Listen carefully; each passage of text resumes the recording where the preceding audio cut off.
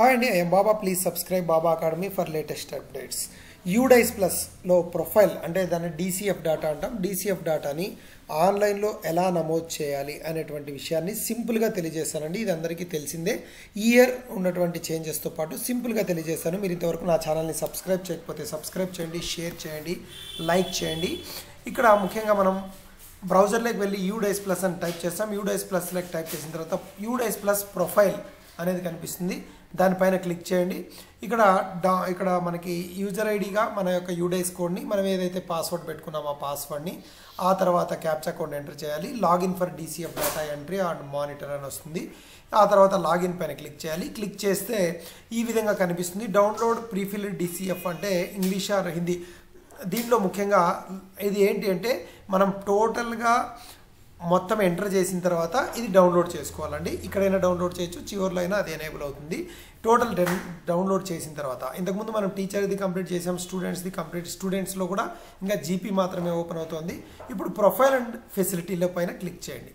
Profile and facility పైన click చేస్తే ఈ విధంగా కనిపిస్తుంది డాష్ బోర్డు. ఇది మనందరికీ తెలిసిందే. సీరియల్ నెంబర్ 1.1 నుంచి 1.6 ఈ విధంగా అన్నీ ఉన్నాయి.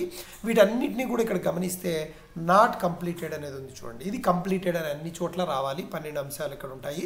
ఆ 12 సెక్షన్లకు సంబంధించి నాట్ కంప్లీటెడ్ సీరియల్ నెంబర్ 12 అనేది ఉంటుంది. ఒకవేళ మనం లాస్ట్ ఇయర్ ఏం చేసామనేది తెలియకపోతే ప్రీవియస్ డాటా స్నాప్ షాట్ అనేది ఉంది. దానిపైన క్లిక్ చేయండి. ఈ విధంగా కనిపిస్తుంది.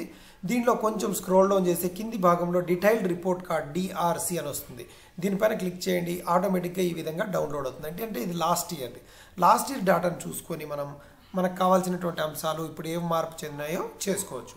Back to current year data అంటే దాంట్లో కరెంట్ ఇయర్లోకి వెళ్తాం. ఈ విధంగా కరెంట్ ఇయర్లోకి వెళ్తాం. ఇక్కడ చూస్తే ఒక్కొక్క దాన్ని ఓపెన్ చేసుకుంటా ఎలా చేయాలనేది చూద్దాం. కింది వరకు వచ్చేటప్పటికి అన్నీ కంప్లీట్ కావాలి.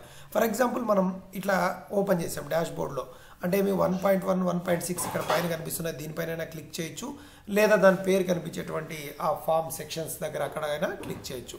ఇక్కడ అంతా కూడా ఫస్ట్ సెక్షన్లో 1.1 నుంచి అయితే ఏదైనా మార్పులు ఉంటే స్కూల్ డైరెక్టరీ మేనేజ్మెంట్లో క్లిక్ చేసి ఆటోమేటిక్గా లాగిన్ అయ్యి ఇక్కడ దీంట్లో కూడా 1.1 నుంచి 1.26లో ఏమైనా మార్పులు ఉంటే ఇక్కడే చేయొచ్చు, లేదా MIS కోఆర్డినేటర్ ద్వారా కూడా దీన్ని చేంజ్ చేయొచ్చు. ఈ విధంగా ప్రతి ఫామ్ని అంటే ఫస్ట్ ఫామ్ మాత్రం మార్క్ యాజ్ కంప్లీట్ అనేది వస్తుంది. దీనిపైన క్లిక్ చేయండి. రిమైనింగ్ అన్నీ కూడా ఈ విధంగా ఫిల్ చేసుకుంటూ వెళ్ళాలి. ఆ తర్వాత సేవ్ అండ్ నెక్స్ట్ కొట్టాలి. ప్రతిదానికి నేను టోటల్ స్పూన్ ఫీడింగ్ చేయలేదండి, మనందరికీ తెలిసినటువంటి అంశమే. ఆ తర్వాత చివరి దానికి వచ్చేటప్పటికి అంతా కంప్లీట్ అవుతుంది. సేవ్ అని చేసి బ్యాక్ టు డాష్ బోర్డ్లోకి పెడితే చూడండి ఇక్కడ అన్నీ కంప్లీటెడ్ అని వచ్చాయి. స్క్రోల్ డౌన్ చేయండి. అన్నీ కంప్లీట్ చేయడం ఇక్కడ 11 మాత్రమే కనిపిస్తున్నాయి అంశాలు. 12 చూడండి అన్నీ కంప్లీటెడ్ అని వస్తే కింది భాగంలో detailed report card DRC or school report card SRC download is not at active అని. ఇది ఇంకా యాక్టివ్ కాలేదు. యాక్టివ్ అయితే ఎలా కనిపిస్తుంది అంటే ఈ విధంగా బ్లూ కలర్లోకి వస్తుంది. అప్పుడు మనం దాన్ని ఈ అకాడమిక్ ఇయర్ది డౌన్లోడ్ చేసుకోవచ్చు అనమాట. ఇదండి.